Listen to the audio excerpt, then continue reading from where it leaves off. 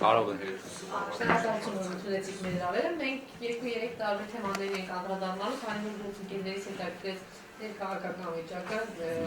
իբր նաև նախկին դաշնակցական հետաքրքրեց պատվիկը, հանրության մեջ նույնպես այլ ինֆորմացիան, որ բանակցություններ են ընթանում հանրապետական և դաշնակցություն։ Հավանական համարում եք, որ կոալիցիա կլինի, թե չի լինի, ինչ կտա սա ժողովրդին, ինչ կտա ՄՀԿ-ին, ինչ դաշնակցությանը։ Ուրեմն, այսպես անենք, հա, աշխատենք իրական քաղաքագիտության պարամետրերի մեջ մնանք, որպեսզի վերլուծությունը կամ դիտարկումը լինի անգեղծ, այսինքն որևէ մեկի չծառայել։ Ուրեմն, այսպիսի բան, մի բան ես 5-6 տարի է ավելի թաքցվում է ժողովրդից կամ դա չիմանալով է արվում կամ դիտավորյալ է արվում, ասեմ ինչն է։ Հանրապետական կուսակցությունը գիտենք, որ օլիգարխիկ կառույց է, այսինքն ինչ իմաստով, քաղաքական և տնտեսական մասը ձուլված են իրար հետ, և այսպիսի իշխանություն, օրինակ Արիստոտելը համարում էր պետությունը վատթարագույններից մեկը։ Քաղաքագիտության մեջ այն ժամանակից դա խնդիր է եղել, բայց կա, դա է։ Այդ կուսակցությունը ինքը իրեն հռչակել է ազգային պահպանողական կուսակցություն, կոնսերվատիվ կուսակցություն է, այսինքն մոտավորապես նման է իրականության մեջ, եթե մոդելը վերցնենք Միացյալ Նահանգների պահպանողական կուսակցությանը, գուցեև նմանեցրել են կամ Սարկոզիի կուսակցություններ ինչ որ կար, սա պահպանողական կուսակցությունն է, կարող ենք ասել, սա մեծախարուստների Հայաստանի Հանրապետության շրջանում աճած մարդկանց քաղաքական կազմակերպություն է, այսինքն սա աշխատավորական կառույց չէ։ Ուրեմն քանի որ, այսպես ասեմ, ազգային իրեն հռչակել, կարող ենք ասել, որ դա աճ կենտրոն կուսակցություն է, որպես ազգային ձգտում է կենտրոնամետ քաղաքականության, իսկ որպես այդպիսին ինքը նոր մեծահարուստների օլիգարխիայի կազմակերպման ձևերից մեկն է։ Հիմա դաշնակցության անդրադառնանք, որպեսզի տեսնենք դա բնական բան է, թե չէ, բամբասանք է, թե չէ, հետո կտեսնենք մնացածը։ Դաշնակցությունը ծնվեց, գիտեք, 1890 թվականից, պատմության համար չեմ ասում, որ մենք ընկալ ենք։ 1907 թվականից, ուրեմն, դաշնակցության 4-րդ ընդհանուր կտեղավորվենք, 1904 թվականից դարձավ սոցիալիստական կուսակցություն, որթե գրեց սոցիալիստական ծրագիր։ Դրանով դաշնակցությունը դարձավ ձախ կենտրոնի կուսակցություն։ Հիմա սա այս հարաբերությունները ինձ համար անհասկանալի են աճ կենտրոնամետ կուսակցության և ուրեմն ձախ ազգային կուսակցության, սոցիալիստական, ընկերվարական կուսակցության, այսպես ասած, համախում, էլի եմ զարմացել, ես չանդրադառնանք անձնականին, որովհետև ուրեմն այսպես, և զարմանալի սա է, առաջ, հետո և այլն։ Հիմա սա նույնն է, ուրեմն, եթե Միացյալ Նահանգներում հանրապետականները և դեմոկրատները միանային և ստեղծեին կոալիցիոն կամ Կարո Արմենյանի ասած, իմ շատ հարգելի հարգարժան ամերիկահայի ասած համախոհական կառավարություն ստեղծեին։ Դա հնարավոր էր, թե չէ, անշուշտ հնարավոր է, բայց կոալիցիան կլինի այդ դեպքում, Ամերիկան չի լինի, Ամերիկան կփլուզվի, նույնը կլինի նաև Սարկոզի, այսպես ասենք, նաև Հոլանդ, եթե միավորումը լինի, կլինի կոալիցիա, Ֆրանսիա վարի կգնա։ Դրա համար նրանք իրենց ձեռները կկտրեն, ոչ աճը կպարտադրի ձախին, որ կա այստեղ, ոչ է ձախը կգնա կամ հակառակը։ Եվս այստեղից դուք հետևություն արեք, թե սա ինչ դաշինք է։ Մի դեպքում խոշոր ուրեմն Հայաստանում առևտրա, որտեղ ուրիշ բուրժուազիա չունենք, առևտրական, աշխարհական կապիտալն է, մյուս կողմում աշխատավոր զանգված է, դաշնակցության հիմնահասել։ Ուրեմն մշակ բանվոր, ռենչպեր աղբեր, դաշնակցության բան էսպես է, հիմա մշակ բանվորին ամուսնացնում են օլիգարխիան, իրա շահագործողների չի լինում, բացառված է։ Ուրեմն ասեցի, օրինակը թողել են և պատասխանեն այս հարցին։ Հիմա ինչ է տալիս իշխանությանը։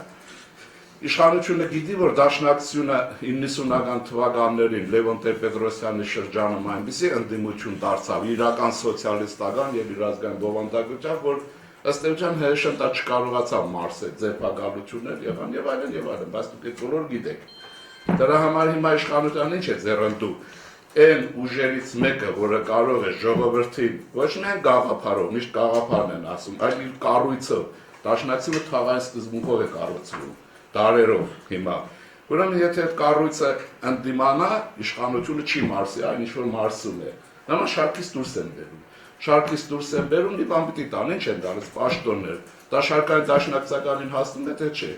Ես կարծում եմ շարքային դաշնակցական կոչված չի էլ ուզում դա, չի էլ մտածում դրա մասին։ Այսպես ուրեմն այստեղից ասենք քաղաքագիտական մի այլ օրինաչափություն ու վերջացնենք։ Ինչ է տալիս դաշնակցության վերնախավին է։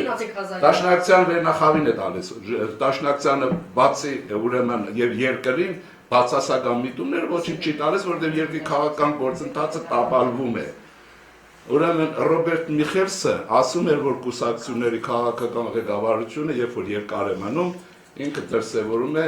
օլիգարխացման տենդենց, օրենք կա, օլիգարխիայի երկաթե օրենքը 1931 թվականին ձևակերպել է եւ դա աշխատում է Հայաստանում։ Այսպես կա, ինչ ասեմ։ Այս կանը բավարարեց, մի երկրորդ մասն էլ կա։ Այս դրվածքը թույլ չի տալիս իրական ընդդիմության ձևավորմանը եւ Հայաստանը, որ խիստ կարիք ունի, այնպես շշվեց կառավարող կուսակցության, այնպես էլ օպոզիցիայի գոյություն, պահանջ է դա, կյանքի պահանջ է, եթե երկրի սոցիալիստական չի, սովետական, տապալվում է նրա կայացումը, որտեղ ժողովուրդը դաշնակցություն եւ այլն բնական բան է, ժողովուրդը բնական հարգանքսեր ունի։ Երկու բանաձևերին, որպեսզի օրակարգում է արտադրել, ինչու ունեցանք այսպիսի բանաձև, եթե լինի ինչ դեպքեր։ Իսկ դու մտա ինչու չպետք է ունենայիք։ Եթե երկրի ներսում մենք տեսնում ենք կառավարման այս վիճակը, այս հարաբերությունները եւ տոհմացեղային հարաբերությունները պետական ապարատում, մեկը չէ մարզպետ է, մեկը չգիտեմ քաղաքապետ է, մեկը ես եւ այլն նախարար եւ այլն։ Եթե հարաբերություններն են որակը բարձր պետության կառավարումը ցածր է լինում, նույնն էլ արտաքին քաղաքական մեջ կարող է լինել եւ այսպես։ Երկրորդը մենք տասնյակ տարիներ արդեն ասում ենք, որ կամ մեզ հասանելի չէ, չենք հասկանում, չգիտենք, կամ սխալ է արվում, որ արտաքին քաղաքականություն ով է վարում, ինչ անում, ինչպես է վարում, ինչ են վարում, ինչ են անում, ով գիտի, տեղյակ ինչ տեղեկատվություն կա եւ այլն։ Հիմա արտաքին տպավորության բանով հետեւյալը կարող ասենք, այնպես ինչպես որ թափթվածությամբ կառավարվում է մեր ներքին կյանքը, արտաքին քաղաքականությունը նույն ձևով պիտի կառավարվի, որովհետեւ այս սրանք արդյունք են, ոչ թե այսօր պիտի լիներ։ Հիմա դուք լրագրողական հետաքննություն արեք, ինչպես մի անգամ կարծեմ նախագահ առաջարկեց լրագրողներին, բարձեք այդ պատվիրության կազմը տարիներով ինչ մասնագիտական որակ ունի։ Քաղաքական ինչ դիրքորոշում ունեն, ում ընտանիքներից է, այսինքն խարակտերոլոգիա կա, կազմեք, կտեսնեք, դրանք կարող են այդ աշխատանքն անել, թե չէ։ Հիմա անշուշտ սրա մեջ մի բան կա, որ մեր գործը դժվարացնում անկախ դրանից, որ աշխարհը ինքնորոշման իրավունք չուզում ընդունել։ Այստեղ խնդրեմ կա, օբյեկտիվ խնդրեմ։ Դա մեզ ինչ է պարտավորեցնում։ Եթե Եվրոպա, եթե մյուսներ չեն ուզում, նույնիսկ Ռուսաստանը, որ ղրիմի ինքնորոշման իրավունք աշխարհին դեմ է արել, երկակի ստանդարտով, որ մեղադրում է արևմուտքին, մեր հանդեպ վարվում է երկակի ստանդարտի քաղաքականության սկզբունքներով։ Հիմա այս պայմանները մեզ ինչ է պահանջում, ավելի որակյալ աշխատանք, ավելի պրոֆեսիոնալ աշխատանք եւ այլն։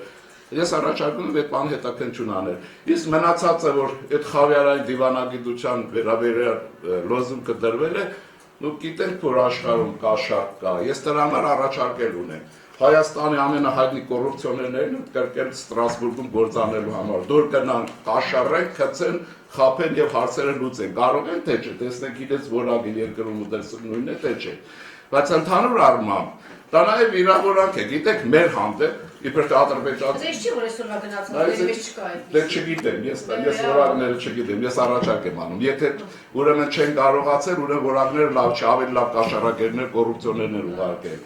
Պարզվում է Եվրոպանը սպասում է Ադրբեջանի խավիարի, խելագարվում են, անգլիացիներ չտեսեն, այդ նավթահոտ խավիարի համար խելագարվում են։ Դրա համար ունեմ երկրորդ առաջարկս։ Արդիկ տուֆը շատ ավելի կատարյալ է եւ արդիկ տուֆը թող Փարիզում շենքեր կառուցեն, անձնական չէ։ Այդ շենքերը տրամադրել են ովքեր որ Հայաստանին որ գործ գնան, անգլիացիներին, պորտուգալացիներին եւ այլ։ Այդ այնքան ծիրան թող արտանեն, ասում են մեր բրենդը դա է։ Արտանը որպես կաշառ։ Ուզում եմ ասել, դա երավորանք է նաև Եվրոպայի հանդեպ։ Կարծես թե Անգլիան ու Ֆրանսիան է պետությունն է, դրանք որ նավթով ու խավիարը գործարեն, Ֆրանսիա չի լինի, Անգլիա չի լինի։ Ըստ էության առարկայական իմաստով ոչ մի հետևանք չունի, բայց բարոյական քաղաքական իմաստով, մթնոլորտի իմաստով դա արդյունք մի ժամանակ, երբ որ կլինի ճգնաժամ, բնական չի, այսինքն ինչ է նշանակում։ Հիմա այսպես հրաշալի մի օրյուն կա 1000 բամբասակ թաղամասում դա, վնասել է օգուտ է։ Ոչ մեկն է դրա բան չի ասում, բայց դա պետք է ամուսնանա, թե չէ, ո՞ք ամուսնանա դրա հետ։ Հասկանում եք ոնց է։ Օրինակ։ Հասկանում եք ոնց ուզում եմ ասել, վատ թարագույն, բայց նաև մեր պետական ապարատի աշխատանքի արդյունք է։ Այսինքն դուք գործ հետևողական աշխատանք արվելը չի արվել, չգիտեմ ես, մնացած թող բացադրեն։ Առհասարակ թող Հայաստանում սովորություն լինի, լեկ հոտաբաշ լեզվով բացադրել ժողովրդին ինչ է կատարվում, եւ երկրորդը ցույց տալ մարդկանց պրոֆեսիոնալ կազմը, որակը եւ այլն, դրանք ի վիճակի են նման աշխատանք անել թե չէ։ Մանավանդ նայեցեք, եթե խորհրդարանական հանրապետություն է լինելու, չէ, հիմա այդպես է լինելու, խորհրդարանի դերը դառնում է բացառիկ։ Հետևաբար պետք է հետևություններ անել։ Վաղվանից ազգային ժողովը արձակել, ստեղծել նոր հանձնաժողովներ, նոր ամեն ինչ։ Մենք ժամանակ չունենք։ Եվ հետո, երրորդ կան նաև վերջխիստ է, հիմա նոր է տեսնում, դա արդեն անիմաստ ասել է ազգային ժողովն էպիսի պատրաստվում է։ Ազգային ժողով արձակել։ Հաբանդելիցում պետք է հավաքեն, ինչ լավ ունեն, էլ ուղարկում են, չէ, իրատեսական։ Իմաստ այս քաղաքականություն նաև մեր ընդհանուր առմամբ արտաքին քաղաքականության, դրա դրսևորումն է, թե սա շատ ավելի զուտ առանձին ուժեղ մարմին է եւ կարող է իրեն այդ կերպ պահել։ Որը ազգային ժողովի պատվիրակությունը։ Չի կարող, որակը ինտերվյում պետք է հավաքել։ Մարդկանց որ խորհրդարան որ ուղարկում են, այսինքն որոշակի հատկանիշների համար պետք է։ Եթե խորհրդարանում գնում են ովքեր փող ունեն ոչինչ շանավ, շատ են խելացի, շատ են մասնագիտական որակավորում ունեն, որտեղ կապիտալի այսպեսի կուտակում եղել, ամենևին էլ խելքովները չէ որ հարստանում են, դա մենակ մեր ոչ աշխարհում է։ Այսինքն շատ լուրջ պետք է պետությունը չափազանց դժվար գործ է, պետք է ստեղծել լավագույն պետություն եւ լավագույն պետական ապարատ եւ պետությունը զերծ պահել մահվան կամ կյանքի գնով կոռուպցիայից։ Դա մահ է, վերջացնում է ամեն ինչ, կոռուպցիան ոչնչացնում է ամեն ինչ։ Դες որ այստեղ ասի ես նորություն չեմ ասում։ Դες որ շատ լավ։ Ես դրա համար կանչել էի։ Հա։ Ուրիշ հարց չունեիք, բավականացեք պատասխան։ Իրանի հարցը Հա, ասեմ ձեզ, ինչի է, շատ կարևոր բան է։ Մենք ուրեմն 2 տարի եւ դրանից ավելի Պարսկաստանի Իրանի հանդեպ սիրո երթումներ ենք անում, էլի։ Միակողմանի սեր անընդհատ ցույց ենք տալիս, դա շատ վնասակար է քաղաքականության մեջ։ Հիմա մի հատ փորձեք իրենցից լսեք, թե իրենք մեզնից ինչ են ուզում։ Մենք ընդհանրապես չգիտենք Իրանը ինչ հետաքրքրություն ունի մեր դեպի մեզ։ Այդ եթերային բաներ են, ես գիտեմ, որ ինքը նավթը ուզում է բերի, բայց ինքը ասում է նավթը բերելու է թե չէ, օրինակ եմ ասում։ Այսինքն շատ կարևոր է, պետք է երանգները փոխվեն, Իրանը մեզնից ինչ է ուզում, եւ հստակ պետք է ասվի, իսկ եթե ուզենա որևէ առաջարկ ունեն թե չէ, ինչպես տապալվեց ըստ էության Եվրասիական տնտեսական միությունում համագործակցությունը, որը շատ մեծ հեռանկարներ ուներ, կարող է տապալվել նաեւ Իրան, նկատի ունեցեք։ Մենք խաբար չենք, իրենք մեզից բան ուզում են թե չէ։ Անդադ ասում են ես եմ ուզում։ Ինչքան կուզեք, այնքան չեն դա իմացեք։ Լավ, շնորհակալություն։ Խնդրեմ։